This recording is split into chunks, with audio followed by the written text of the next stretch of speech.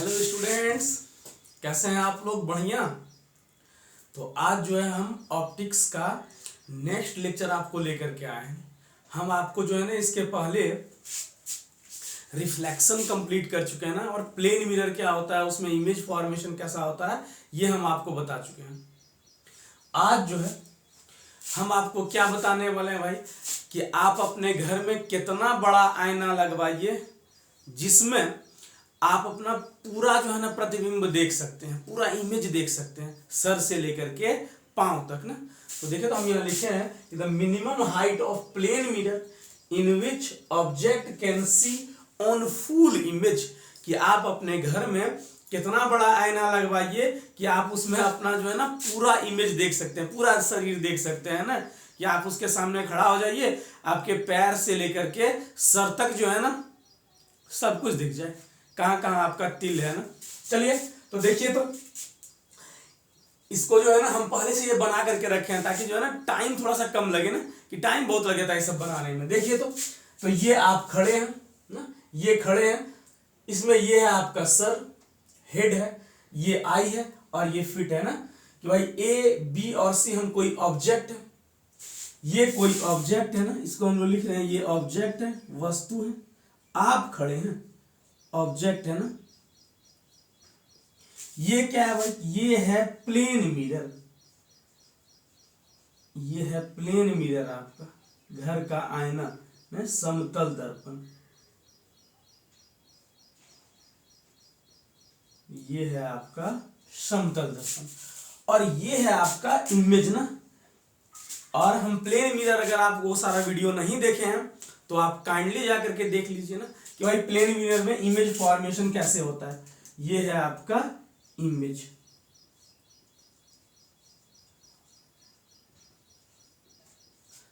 अगर आप plane mirror जब तक नहीं पढ़िएगा ना, फिर आपको ये समझ में नहीं आएगा कि ये कैसे हो रहा है। तो आप जैसे ही प्लेन मिरर के सामने खड़ा हो जाइएगा, आपको पता है कि प्लेन मिरर में आपका वर्चुअल इमेज बनता है, काल्पनिक प्रतिबिंब बनता है, और प्लेन मिरर से जितना दूर ऑब्जेक्ट उतना ही दूर होता है प्रतिबिंब ना। या प्लेन मिरर से अगर 1 मीटर दूर खड़े हैं तो आपका प्रतिबिंब प्लेन मिरर के अंदर 1 मीटर दूरी पर बनेगा। तो अगर ये L है तो ये भी क्या होगा भाई, L होगा। और आपको पता है कि प्रतिबिंब तभी बनेगा जब कम से कम 2 रे परावर्तन के बाद, रिफ्लेक्शन के बाद एक दूसरे को कट करे। तो देखिए, तो आप अपने पैर को कब देख पाइएगा भाई, तो आपके पैर से कोई रे निकले, रिफ्लेक्ट होकर के कहां जाए भाई, तो आपके आई पर, और यहां से एक रे ऐसे करके सीधा निकला जो इधर ही रिटर्न हो गया।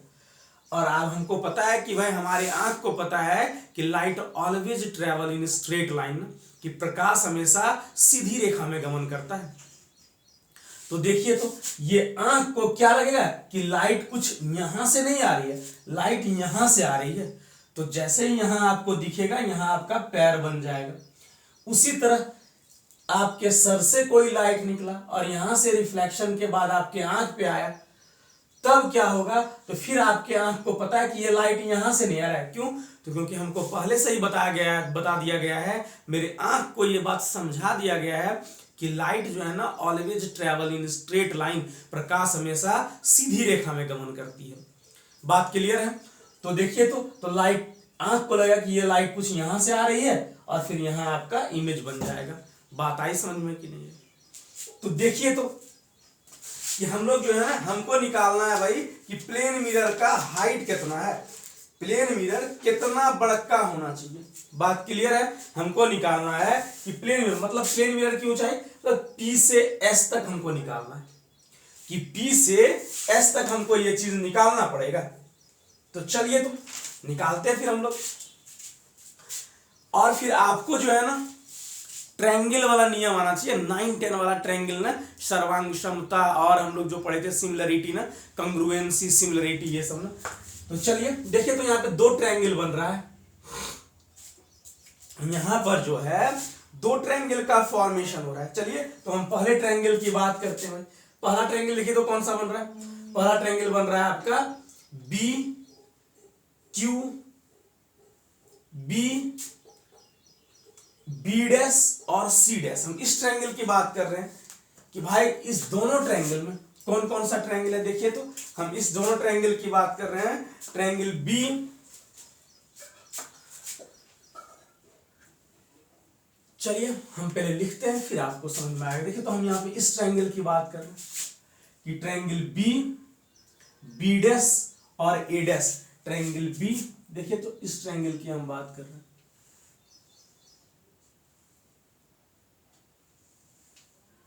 ये वाला ट्रायंगल कौन सा ट्रायंगल है भाई, तो ट्रायंगल है बी, बी डैश और ए डैश, ठीक है। यहां पर बीच में एक लाइन है ऐसे करके पी और क्यू, ये दिया हुआ है एक्स ना, ये देखिए तो ये कितना दिया हुआ है बी क्यू, तो ये अगर एल है तो ये भी कितना होगा एल हो जाएगा, ये अगर एल है तो ये भी कितना होगा एल हो जाएगा। तो ये देखिए तो ये एल है, ये भी एल है। और आपको पता होगा कि ये दोनों ट्रायंगल सिमिलर है। कौन कौन सा ट्रायंगल भाई, तो हम यहां से बोल सकते हैं कि triangle B P Q similar है triangle B B dash A dash की। आपको ए सिमिलरिटी पता होगा दोनों में, नहीं कि आपको जो है ना ए सिमिलरिटी पता होगा कि ये दोनों ट्रायंगल एक दूसरे के, ये छोटा वाला ट्रायंगल, ये छोटा वाला ट्रायंगल ना, और फिर ये बड़ा वाला ट्रायंगल, ये दोनों ट्रायंगल एक दूसरे के क्या है भाई तो सिमिलर है। तो देखिए तो अगर दो ट्रायंगल एक दूसरे के सिमिलर होता है तो हमको पता है कि उनके उसके जो कॉरेस्पॉन्डिंग साइड्स होते हैं उनके रेशियो जो है ना हमेशा बराबर होते हैं। तो देखिए तो संगत जो भुजाएं होंगी संगत भुजा का रेशियो क्या होगा बराबर होगा।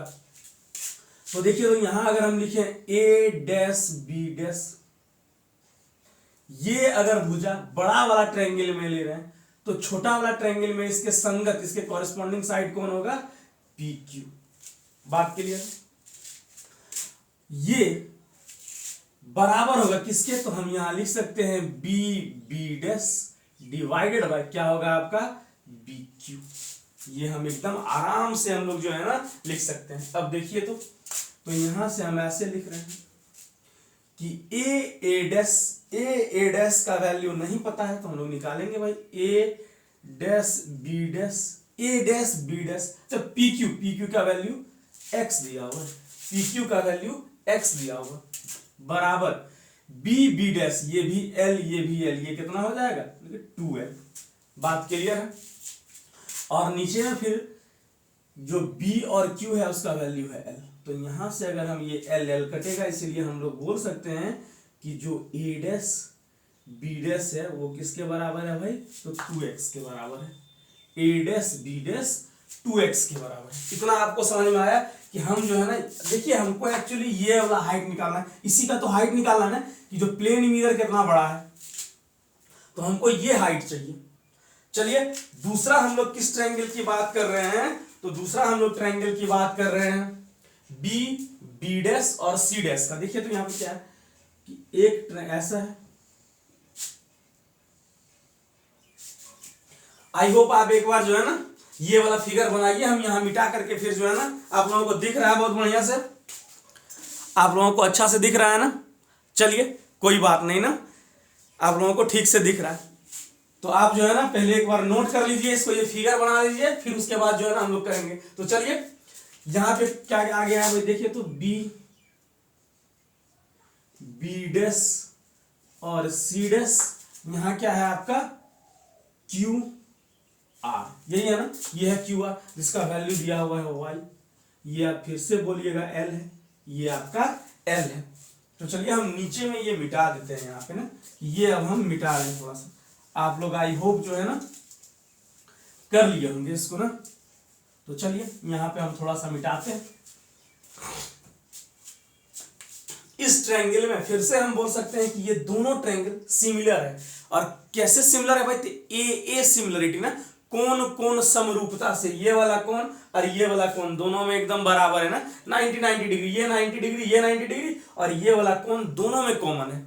तो आप अगर ये बात नहीं जानते हैं तो फिर 9-10 में जाइए और वहां जो है ना समरूपता त्रिभुज की सिमिलरिटी थोड़ा सा आप उसको जानिए, फिर आपको समझ में आएगा। तो हम यहां से बोल सकते हैं कि triangle B B dash C dash similar है किसके, तो triangle B Q R Q. और अगर ऐसा बात है तो फिर हम बोल सकते हैं कि इसके कॉरेस्पॉन्डिंग साइड्स के रेशियो जो है ना वो बराबर होंगे। तो हम यहां लिखेंगे B dash C dash divide by Q R, ये बराबर होगा किसके, ये बराबर होगा आपका B dash divided by B Q ना। यहाँ ये हम ये वाला ट्रायंगल है ना, हम इस नीचे वाले ट्रायंगल की बात कर रहे हैं। पहले हम ये ऊपर वाले ट्रायंगल की बात कर रहे थे, फिर ये नीचे वाले ट्रायंगल की हम बात कर रहे हैं ना। तो ये कितना होगा, तो ये 2l डिवाइडेड बाय यहाँ क्या हो जाएगा l, ये फिर l को मारेगा। तो यहां से हम क्या लिख सकते हैं, देखिए तो बी डैश सी डैश बटा y बराबर आएगा 2, इसलिए यहां से हम लिख सकते हैं बी डैश सी डैश बराबर 2y। बात क्लियर है। अच्छा देखिए तो बी डैश सी डैश बराबर, तो चलिए यहां से हम जो है ना ए डैश बी डैश निकाल लिए, ए डैश बी डैश निकाल लिए, और फिर हम क्या निकाल लिए भाई, ए डैश बी डैश निकाल लिए, फिर बी डैश सी डैश निकाल लिए ना। तो यहां हम दो चीज निकाल चुके हैं। ये आई होप आप जो है ना लिख लिए होंगे ना। तो चलिए कोई बात नहीं, इसी में हम करते हैं। तो देखिए तो यहां से हम क्या लिख सकते हैं, यहां से हम लिख सकते हैं क्या, कि इसका वैल्यू ये B dash C dash A dash B dash इसका वैल्यू है 2x, और ए डैश बी डैश का वैल्यू है 2x, B dash C dash का वैल्यू है 2y। इतना अब आपको आ रही समझ में कि नहीं आ रही है। चलिए देखिए तो, अच्छा हमको आप एक बात बताइए, आप हमको जो है एक बात बताइए, अच्छा अगर ई वाला आईना न रहता, ई वाला आईना नहीं रहता, तो क्या ई वाला इमेज न बनता क्या? ये तो फालतू में हम इतना बड़ा साइज है जिसका कोई यूज ही नहीं हो रहा है। ये देखिए लाइट यहां से गया और रिफ्लेक्ट होकर ऐसे गया ना, तब यहां इमेज ऐसे बन गया। तो ई वाला पोर्शन का कोई काम नहीं है, तो आप भी अपने फिगर में ऐसे करके मिटाइएगा, फिर से फिगर बनाइएगा, इसका कोई काम ही नहीं है। यहां भी इसका कोई काम नहीं है, फालतू में ये जो है ना इधर दिखा गया ऐसे करके। हम अगर इतना ही बड़ा मिरर लेते तब भी हम अपना जो है ना पूरा का पूरा इमेज देख सकते थे। अगर हम इतना ही बड़ा मिरर लिए रहते तो हम इसमें पूरा का पूरा इमेज देख लिए रहते ना, हमको कोई दिक्कत नहीं होती। क्या ये तो बेकार वाला पोर्शन ले लिया गया था ना, मिरर का एक्स्ट्रा पोर्शन था। तो देखो तो यहां से अगर हम बात करें आपको कि मिरर का साइज ऑफ द मिरर ना, अगर हम बात करें आपसे कि बताइए भाई साइज ऑफ द मिरर कितना होगा, इधर आई होप आपको जो है ना इधर नोट कर लिए होंगे, हम इधर मिटा रहे हैं ना। देखिए तो यहां हम थोड़ा सा मिटा रहे हैं, यहां हम आपको मिटा रहे हैं कि यहां क्या होगा भाई, साइज ऑफ मिरर। हम फालतू में उतना बड़ा ले लिए थे ना जो मेरे किसी काम का नहीं रहा ना। इधर वाला पोर्शन हटाइए और इधर वाला पोर्शन बना देना, ये क्या होगा, तो साइज ऑफ मिरर है x प्लस वाई। मिरर का साइज कितना है, ये x और ये y, इतना ही तो ऊंचा हमको चाहिए मिरर ना। ये दर्पण का आकार ना, दर्पण का आकार ना, ये है x प्लस वाई, ठीक है। दर्पण का आकार है आपका x प्लस वाई। अच्छा जितना बड़ा ये है, आपको पता होगा कि किसी प्लेन मिरर में जितना बड़ा ऑब्जेक्ट होता है उतने बड़ा इमेज बनता है। तो अगर इमेज का हाइट अगर हम आपसे यहां पूछें तो 2x plus 2y, size of image, size of image की अगर हम बात करें तो कितना होगा साइज ऑफ इमेज भाई, तो 2x जोड़ 2y ना, कि आपका साइज जो प्रतिबिंब बना है उसका आकार कितना है, तो 2x प्लस 2y है ना, प्रतिबिंब का आकार, प्रतिबिंब का आकार ना, ये है 2x प्लस 2y। और आपको पता है समतल दर्पण में जितना बड़ा ऑब्जेक्ट उतने बड़ा इमेज का फॉर्मेशन होता है, कि समतल दर्पण में जितना बड़ा प्रतिबिंब होता है उतने बड़ा वस्तु होता है ना, कि अगर आप 5 फीट के तो आपका प्रतिबिंब आईना में बनेगा 5 फीट का, आप अगर 2 फीट के तो आईना में आपका प्रतिबिंब बनेगा 2 फीट का। ये बात हम लोग पहले से पढ़ चुके हैं। हम लोग लिख सकते हैं कि size of object, size of object ना, ये भी क्या होगा, तो 2x प्लस 2y ना। वस्तु का आकार,